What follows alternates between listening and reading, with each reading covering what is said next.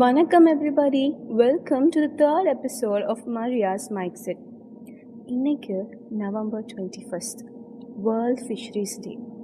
இந்த டேயை நம்ம ஃபிஷர்மேனுக்கு டெடிகேட் பண்ணி தான் நான் பேச போகிறேன். உலக அளவில் கடல் மீன் உற்பத்தி 92.3 மில்லியன் டன். மீன் தான் மனுஷ உடம்புக்கு கிடைக்கிற முக்கியமான புரத உணவு. Exports, imports, foreign exchange, pharmaceuticals, cosmetics, tannery இப்படின்னு நிறைய வழியில் நமக்கு மீன்கள் டைரக்டாவோ இன்டைரக்டாவோ தேவைப்படுது. இப்பேற்பட்ட மீன்கள் மனுஷங்க கைக்கு கிடைக்க முக்கியமான காரணமே மீனவர்கள் தானே. எப்படி cell is the basic unit of லைஃப்னு சயின்ஸ் சொல்லுதோ அதே மாதிரி தான் fisherman is the basic yet most vital unit of ஃபிஷரிஸ்னு சொல்லலாம். மீனவனோட வாழ்க்கை கடலோட நெருக்கமாக இருந்தாலும் அதில் நிறைய வேதனையோ வலியோ நிறைஞ்சிருக்கு. நம்ம சன்ரைஸ் சன்செட் பார்க்கும்போது இருக்கிற மாதிரி கடல் எப்பவுமே அமைதியாக இருக்கிறதில்ல.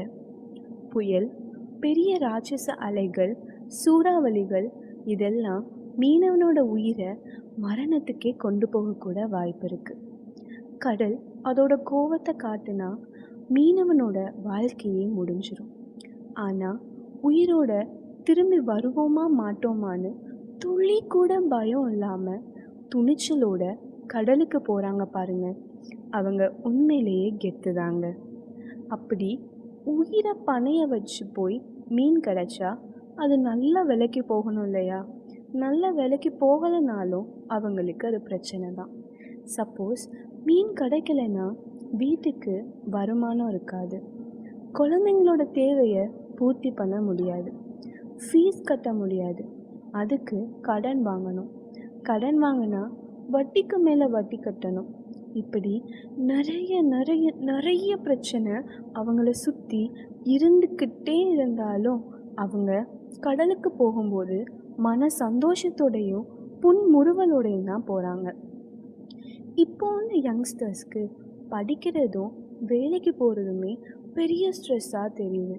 ஆனால் கொஞ்சம் யோசிச்சு பாருங்கள் தோழர்களே, இவங்க பிரச்சனைகளுக்கு மத்தியில் நம்ம பிரச்சனை, நம்மளோட ஸ்ட்ரெஸ்ஸு, ஒர்க் ப்ரெஷர் எல்லாம் ஒன்றுமே இல்லை. அதுலேயும் கூட மழை வெள்ளம் காரணத்தினால பெரும்பாலான நேரம் கடலுக்கு போகிறதே இல்லை. மீனவர்களோட ஃபேமிலி மெம்பர்ஸ் கடலுக்கு போனவங்க திருப்பி வருவாங்களோ வரமாட்டாங்களோன்னு பயத்தோடையே காத்துக்கிட்டே தான் இருக்கணும். திருப்பி வராமல் போன